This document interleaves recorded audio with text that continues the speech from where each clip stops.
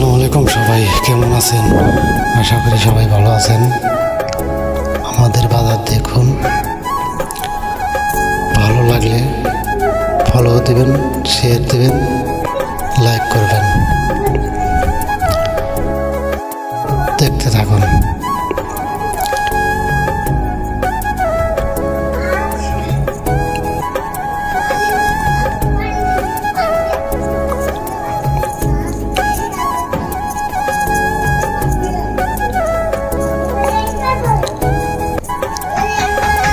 আমাদের বাজার কিরম লাগে অবশ্যই জানাবেন।